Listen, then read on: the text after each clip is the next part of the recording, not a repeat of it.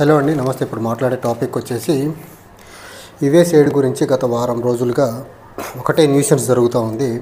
ఈ న్యూసెన్స్ మొత్తం జరిగేదానికి ప్రధాన కారణం నరేంద్ర మోదీ అమెరికా టూర్ ముగించుకొని వచ్చిన కొద్ది రోజులకి అమెరికా గవర్నమెంట్ ఎక్స్పెండిచర్కి హెడ్గా ఉన్నటువంటి ఎలాన్ మస్క్ చేసినటువంటి కామెంట్ ఏదైతే ఉందో, దట్ ఇండియాలో పొలిటికల్గా ఓటర్ టర్నౌట్ని 2024 ఎన్నికల్లో పెంచేదానికి దగ్గరగా $21 మిలియన్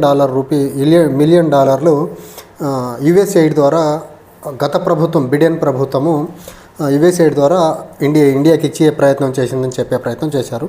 దాన్ని కొనసాగింపుగా డొనాల్డ్ ట్రంప్ కూడా మాట్లాడుతూ previous administration Joe Biden administration $21 million ఇండియాలో ఓటర్ టర్నౌట్ పెంచేదానికి ఇచ్చిందని ఒక ఎలిగేషన్ చేసేసి ఊరుకున్నారు. తర్వాత నిన్న కూడా ఆయన మాట్లాడుతూ అమెరికాలో మీడియాతో మాట్లాడుతూ నిన్న కూడా ఇదే ట్రంప్ అడ్మినిస్ట్రేషన్ మళ్ళీ యుఎస్ఎయిడ్ విషయంలో అదే మాట చెప్పి దానికి కట్టుబడి ఉన్నారు. నరేంద్ర మోదీ కూడా మధ్యప్రదేశ్లో టూర్లో నన్ను ఓడించేదానికి విదేశీ శక్తులతో దేశీయంగా ఉన్నటువంటి కొంతమంది నాయకులు విదేశీ శక్తులతో చేతులు కలిపి నా మీద కుట్ర చేస్తున్నారు. ఆ పర్యవసానంలో భాగంగానే యుఎస్ఎయిడ్కి సంబంధించిన డబ్బులు వచ్చినాయని చెప్పే ప్రయత్నం Narendra Modi, Elon Musk, Joe Biden and WhatsApp university of BJP time and again చెప్తున్నటువంటి మాట, యుఎస్ఎయిడ్ నుంచి డబ్బులు వచ్చినాయి, అది కూడా ఎలక్షన్లో ఓటర్ ఎయిడ్ పెంచేదానికి అని చెప్పే ప్రయత్నం అయితే వీళ్ళు చేస్తున్నారు. అయితే దీన్ని మొత్తాన్ని పటాపంచలు చేసేదానికి గవర్నమెంట్ ఆఫ్ ఇండియా సైడ్ నుంచి మరీ ముఖ్యంగా డిపార్ట్మెంట్ ఆఫ్ ఎకనామిక్ అఫైర్స్, ఇది బీజేపీ మంత్రిగా ఉన్నటువంటి నిర్మలా సీతారామన్ ఫినాన్స్ మినిస్టర్ చేతిలో ఉన్నటువంటి డిపార్ట్మెంట్ ఇది. సో ఈ డిపార్ట్మెంట్ చాలా క్లియర్గా చెప్పింది, కరెంట్లీ దగ్గరగా 7 ప్రాజెక్టులు యుఎస్ఎయిడ్ కింద ఇండియాలో ఇంప్లిమెంట్ అవుతున్నాయి. ఆ 7 ప్రాజెక్టులకు గాను దగ్గరగా బడ్జెటరీ అలొకేషన్స్ $750 మిలియన్ రావాలి. అందులో 2023-24 సంవత్సరానికి గాను $97 మిలియన్ అంటే 825 కోట్ల రూపాయలు వచ్చాయి అని చెప్పే ప్రయత్నం చేశారు. అండ్ చాలా క్లియర్గా ఈ నోడల్ డిపార్ట్మెంట్ ఏదైతే ఫారిన్ ఫండ్ దేశానికి వచ్చేటప్పుడు యుఎస్ఎయిడ్ ద్వారా లేకపోతే అదర్ గవర్నమెంట్ ఏజెన్సీస్ ద్వారా వచ్చే డబ్బు ఏదైతే ఉందో, అది వచ్చేదానికి డబ్బు రిసీవ్ చేసుకునేదానికి ఉన్నటువంటి సంస్థ డిపార్ట్మెంట్ ఆఫ్ ఎకనామిక్ అఫైర్స్ ఏదైతే ఉందో చాలా క్లియర్గా చెప్పింది, ఇది కంప్లీట్లీ బైలేటరల్ ఫండింగ్ కిందనే చూడాలి తప్ప ఓటర్ టర్నౌట్ పెంచేదానికి వేరే పర్పస్కి ఏ డబ్బు రాలేదనేసి మినిస్ట్రీ ఆఫ్ ఎకనామిక్ ఫినాన్స్లో డిపార్ట్మెంట్ ఆఫ్ ఎకనామిక్ అఫైర్స్ చెప్పే ప్రయత్నం చేస్తుంది. ఓ పక్క Modi WhatsApp BJP WhatsApp media గగ్గోలు పెడతా ఉంది, విదేశీ శక్తులతో చేతులు కలిపారు, మేము 2024 సార్వత్రిక ఎన్నికల టైంలోనే చెప్పామని చెప్పే ప్రయత్నం చేస్తున్నారు. ఇంకో పక్క వాళ్ళ ప్రభుత్వంలో వాళ్ళ మంత్రిత్వ శాఖే నిన్న క్లియర్ చేసే ప్రయత్నం చేసింది.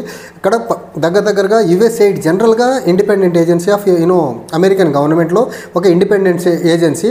దాని జనరల్గా యుఎస్ఎయిడ్ యొక్క ఆబ్జెక్టివ్ ఏంటంటే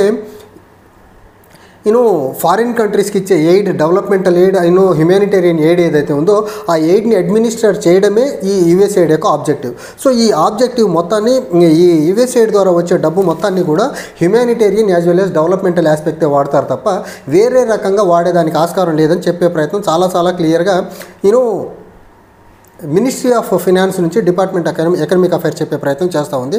కానీ దీనికి భిన్నంగా నరేంద్ర మోదీనే సాక్షాత్తు వాళ్ళ ప్రభుత్వంలో ఉన్న మంత్రిత్వ శాఖ ఏమో దేశంలో ఉన్నటువంటి వివిధ రకాల డెవలప్మెంటల్ ప్రాజెక్ట్స్కి సంబంధించినటువంటి, అట్లా మరీ ముఖ్యంగా అగ్రికల్చర్కి సంబంధించిన దానికి, ఫుడ్ సెక్యూరిటీకి సంబంధించిన దానికి, వాటర్, తర్వాత sanitization, hygiene, disaster management, health and renewable energy సెక్టార్స్లో ఈ యుఎస్ఎయిడ్ ద్వారా వచ్చే డబ్బును వాడే ప్రయత్నం చేశామనేసి మినిస్ట్రీ ఆఫ్ ఫినాన్స్ చెప్తా ఉంటే, నరేంద్ర మోదీ ఏమో నన్ను కుట్ర చేసేదానికి వాడారు ఆ డబ్బని చెప్తున్నారంటే నరేంద్ర మోదీ చెప్పేది నిజమా, డిపార్ట్మెంట్ ఆఫ్ ఎకనామిక్ అఫైర్స్ చెప్పేది నిజమా, ఫినాన్స్ మినిస్ట్రీ చెప్పేది నిజమా అర్థం కాని పరిస్థితి. అండ్ ఒక పక్క భారతదేశము విశ్వగురువుగా ఎమర్జ్ అవ్వాలనుకుంటుంది, గ్లోబల్ లీడర్గా ఎమర్జ్ అవ్వాలనుకుంటుంది.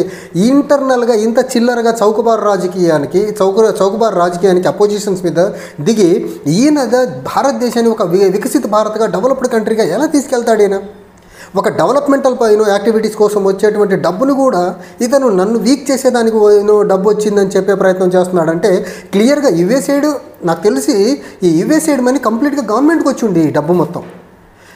దాన్ని బేస్ చేసుకొని కాంగ్రెస్ పార్టీ నుంచి జయరాం రమేష్ చాలా క్లియర్గా చెప్పారు, నిజంగా ఈ డబ్బు ఓటర్ టర్నౌట్ పెంచేదానికి వచ్చినట్లు కానీ డొనాల్డ్ ట్రంప్ కానీ ఎలాన్ మస్క్ కానీ ఫిక్స్ అయ్యి ఉంటే దాని మీద వైట్ పేపర్ రిలీజ్ చేయండి అని అడిగితే అక్కడ వాళ్ళు తోక ముడిచారు. వైట్ పేపర్ రిలీజ్ చేసేదానికి వాళ్ళు సిద్ధంగా లేరు. ఇక్కడ ఈ వాట్సాప్ యూనివర్సిటీ ప్రైమ్ మినిస్టర్ ఆగే పరిస్థితులు లేరు. ఇక్కడ department of economic affairs finance ministry ఏమో ఈ డబ్బు కంప్లీట్గా డెవలప్మెంటల్ యాక్టివిటీస్కి, అది కూడా మరీ ముఖ్యంగా agriculture, food security, water, sanitization, renewable energy, health sector, disaster management లాంటి పనులకు వాడుతున్నామనేసి ministry of economic affairs, ministry of finance, department of economic affairs చెప్పే పని చేస్తుంది. అసలు ఇక్కడ గవర్నమెంట్లో అసలు ఏం జరుగుతుంది? వీళ్ళు రాజకీయంగా లాభం పొందడం కోసం బీజేపీ వాళ్ళు, బీజేపీ వాట్సాప్ యూనివర్సిటీ ఇంత దారుణంగా దిగుతారు. ఇంకో పక్క వాళ్ళ గవర్నమెంట్లో ఉన్నటువంటి మినిస్ట్రీని డబ్బులు ఏ పర్పస్కి వాడారో చెప్పే ప్రయత్నం చేస్తున్నారంటే వీళ్ళు ఎంత దిగజారిచిందో. నరేంద్ర మోదీ అమెరికా టూర్కి వెళ్ళినప్పుడు ఖచ్చితంగా డొనాల్డ్ ట్రంప్ని మీట్ అయ్యాడు, ఇలాన్ మస్క్ని మీట్ అయ్యాడు. వాళ్ళు ఏదో సీక్రెట్గా ఒప్పందం కుదుర్చుకొని వచ్చారు. ఇక్కడ ఇండియాలో అపోజిషన్ని వీక్ చేసేదానికి అక్కడి నుంచి నిందలు మోపించడం మొదలుపెట్టాడు. ఈ డబ్బు నిజంగా ఇల్లీగల్ మేనర్లో ఈ ఓటర్ టర్నౌట్ పెంచేదానికి వచ్చి ఉంటే ఈ రోజుకి ఒక ఇన్వెస్టిగేషన్ ఎందుకు వెళ్ళా వీళ్ళు? ఇప్పుడు అమెరికన్ గవర్నమెంట్ చేస్తున్నటువంటి ఏదైతే డొనాల్డ్ ట్రంప్ చేస్తున్నటువంటి, ఇలాన్ మస్క్ చేస్తున్నటువంటి ఎలిగేషన్స్ మీద ఈ రోజుకి ఇన్వెస్టిగేషన్ ఎందుకు వేయలేకపోతున్నారు వీళ్ళు? నిజం ఉంటే వెయ్యాలి కదా. అండ్ ఇంకో కాంట్రడిక్షన్ చూడండి, ఇదే అమెరికాలో అదాని మీద అవినీతి కేసులు బుక్ అయితే దాని మీద ఒక్కళ్ళు మాట్లాడాల బీజేపీ నుంచి, ఒక్కళ్ళు. ఇన్ రిటర్న్ ఏమన్నారు తెలుసా? అదానిని దేశాన్ని బద్నాం చేసేదానికి మీడియా పూనుకుంది, యూఎస్ మీడియా అని చెప్పే ప్రయత్నం చేస్తారు. అంటే అదాని అవినీతి చేశాడంటే ఆ దేశాన్ని బద్నాం చేసేదానికి అని చెప్తారా? ఇంకో పక్క డెవలప్మెంట్ల కోసం వచ్చిన డబ్బునేమో మిమ్మల్ని ఓడించేదానికి వచ్చి, అంటే ఏ రకంగా చూసినా బీజేపీ దాన్ని అనుకూలంగా మార్చుకునే ప్రయత్నమే చేస్తుంది తప్ప ఇక్కడ ఇంకొక ఉద్దేశం బీజేపీకి ఉన్నట్టయితే ఎట్టి పరిస్థితుల్లో కనపడట్లా. ఇంకో పక్క మనం చూసుకున్నట్లయితే ఇండియా 2000 సంవత్సరం నుంచి చూసుకున్నట్లయితే దగ్గరగా ఇప్పటికీ మినిస్ట్రీ ఆఫ్ ఎక్స్టర్నల్ అఫైర్స్ కింద సాఫ్ట్ పవర్ కింద దగ్గరగా ఇండియా వచ్చేసి $48 బిలియన్ రూపీస్ 65 దేశాలకు డబ్బు సప్లై చేసింది. అది కూడా డెవలప్మెంటల్ పర్పస్ కోసమే. అది గ్రాంట్స్ రూపంలో కానీ, లైన్ ఆఫ్ క్రెడిట్ రూపంలో కానీ, కెపాసిటీ బిల్డింగ్ ప్రోగ్రామ్స్ విషయంలో కానీ. మనం శ్రీలంకలో హౌసింగ్ ప్రాజెక్ట్ని టేకప్ చేస్తాం, బంగ్లాదేశ్లో ఇంకో రకమైన లైన్ ఆఫ్ క్రెడిట్ ఇచ్చాం, భూటాన్కి ఇంకోలా హెల్ప్ చేస్తాం, నేపాల్కి ఇంకోలా హెల్ప్ చేస్తాం, ఆ సబ్ సహారన్ కంట్రీస్కి ఇంకోలా గవర్నమెంట్ ఆఫ్ ఇండియా కూడా ఫండ్స్ ఇచ్చి హెల్ప్ చేస్తూ ఉంటుంది పూర్ కంట్రీస్కి. సో అలాంటి డబ్బునే ఈ యుఎస్ఏడ్ కూడా ప్రపంచంలో ఉన్న అండర్ డెవలప్డ్ కంట్రీస్కి, డెవలపింగ్ కంట్రీస్కి ఇస్తూ ఉంటుంది. దాన్ని కూడా వీళ్ళు రాజకీయంగా వంకరగా వాడుకునే ప్రయత్నం చేస్తున్నారంటే అసలు ఎలా చూడాలి దీన్ని అసలు? మరి 2000 సంవత్సరం నుంచి ఇండియా కూడా 64 దేశాలకు దగ్గరగా 65 దేశాలకు డబ్బులు ఇచ్చింది కదా, $45 బిలియన్ ఇచ్చింది కదా. దాన్ని కూడా ఆ దేశంలో ఇండియా ఆ దేశంలో రాజకీయంగా ఇన్ఫ్లుయెన్స్ చేసేదానికి ఇచ్చిందని చెప్తాము మనం. అంటే వీళ్ళ చౌకబారు రాజకీయాలు చూడండి. అంటే వీళ్ళకి నిజంగా చిత్తశుద్ధి ఉంటే దీని మీద ఎంక్వైరీ చేయాలి. ఎంక్వైరీ ఇప్పుడు వరకు ఇలా ప్రైమ్ మినిస్టర్ ఒక మాట అంటాడు, మినిస్ట్రీ ఆఫ్ ఫినాన్స్ ఒక మాట అంటుంది. పొంతం లేని మాటలు చూడండి వీళ్ళు. సో ఈ క్లియర్గా ఈ డబ్బు ఏదైతే ఉందో డొనాల్డ్ ట్రంప్తో వీళ్ళు నరేంద్ర మోదీ ఫిక్స్ అయిన తర్వాత వచ్చినటువంటి ఎలిగేషన్ ఇది. నిజంగా డొనాల్డ్ ట్రంప్తో ఫిక్స్ కాకుండా ఉంటే ఈ విషయం ఎప్పుడో రావాలి కదా. డొనాల్డ్ ట్రంప్ ప్రెసిడెంట్గా ప్రమాణ స్వీకారం చేసిన వెంటనే అప్పుడు రాలేదు, ఇప్పుడు వస్తుంది చూడండి. అండ్ ఈ గ్లోబలైజ్డ్ ప్రపంచంలో ఒక దేశానికి ఇంకో దేశానికి టెక్నాలజీ పరంగా సపోర్ట్ ఉంటుంది, ఫినాన్స్ పరంగా సపోర్ట్ ఉంటుంది, ఫండ్స్ పరంగా సపోర్ట్ ఉంటుంది. ఇలాంటి ఇచ్చిపుచ్చుకునే ధోరణి ఉన్న ప్రపంచంలో ఇలాంటి చౌకబారు రాజకీయాలు చేసి భారతదేశం యొక్క పరువుని ఏం చేయాలనుకుంటున్నారు ఈ బీజేపీ వాళ్ళు? నిజంగా ఇందులో అవకతవకలు జరుగుంటే కాంగ్రెస్ వాళ్ళు అడిగినట్టు వైట్ పేపర్ ఇక్కడ రిలీజ్ చేయమండి గవర్నమెంట్ ఆఫ్ ఇండియాని, అమెరికన్ గవర్నమెంట్ని కూడా వైట్ పేపర్ రిలీజ్ చేసి మీ చిత్తశుద్ధిని ప్రూవ్ చేసుకోవచ్చు కదా. అలాంటి పనులు చేయరు వీళ్ళు.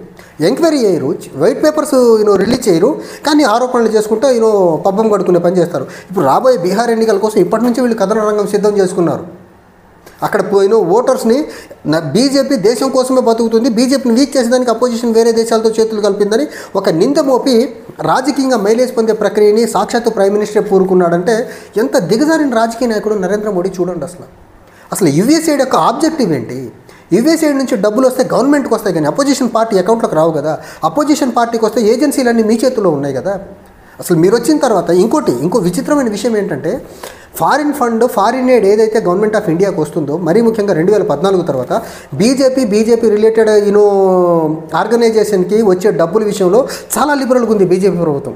When it comes to opposition parties ఎన్జిఓస్కి వచ్చే డబ్బులు, లేకపోతే బీజేపీకి సంబంధం లేని, లేకపోతే బీజేపీ కొంచెం డిస్టెన్స్ మెయింటైన్ చేసి న్యూట్రల్గా ఉండే ఎన్జిఓలకు వచ్చే డబ్బుల విషయంలో చాలా టైట్ చేసేసి ఫారిన్ ఫండ్స్ రాకుండా ముప్పు తిప్పులు పెడుతున్నారు వీళ్ళు.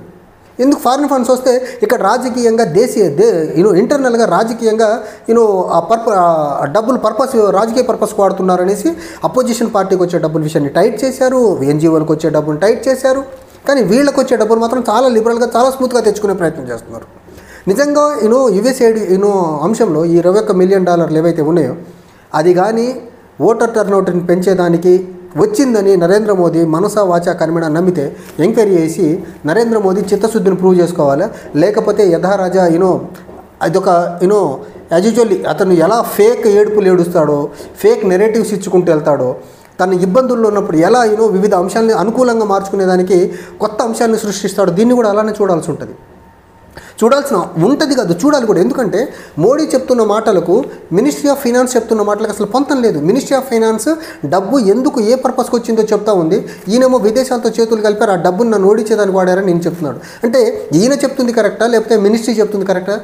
దీనికి ఆన్సర్ ఎవరు చెప్తారు? ఇది బీజేపీ ఎంత దారుణంగా అంటే విదేశాలతో చేతులు కలుపుకొని దేశీయంగా రాజకీయంగా ఎలా లబ్ధి పొందాలని కోరుకుంటుందో చూడండి. అండ్ వీళ్ళు విదేశాలతో కుమ్మక్కైపోయి, ట్రంప్తో కుమ్మక్కైపోయి దేశీయంగా రాజకీయంగా లబ్ధి పొందేదానికి పూనుకున్న వీళ్ళు అపోజిషన్ వాళ్ళు వీళ్ళని ఓడించేదానికి విదేశీ శక్తులతో చేతులు కలుపుతున్నారంటే ఇంతకంటే దిగజారిన చౌకబారు రాజకీయ విమర్శ ఇంకేమైనా ఉంటుందా? ఇది ఒక నరేంద్ర మోడీ మాత్రమే చేయగలరు ఇలాంటి దిక్కుమాలిన రాజకీయాలు. Thank you.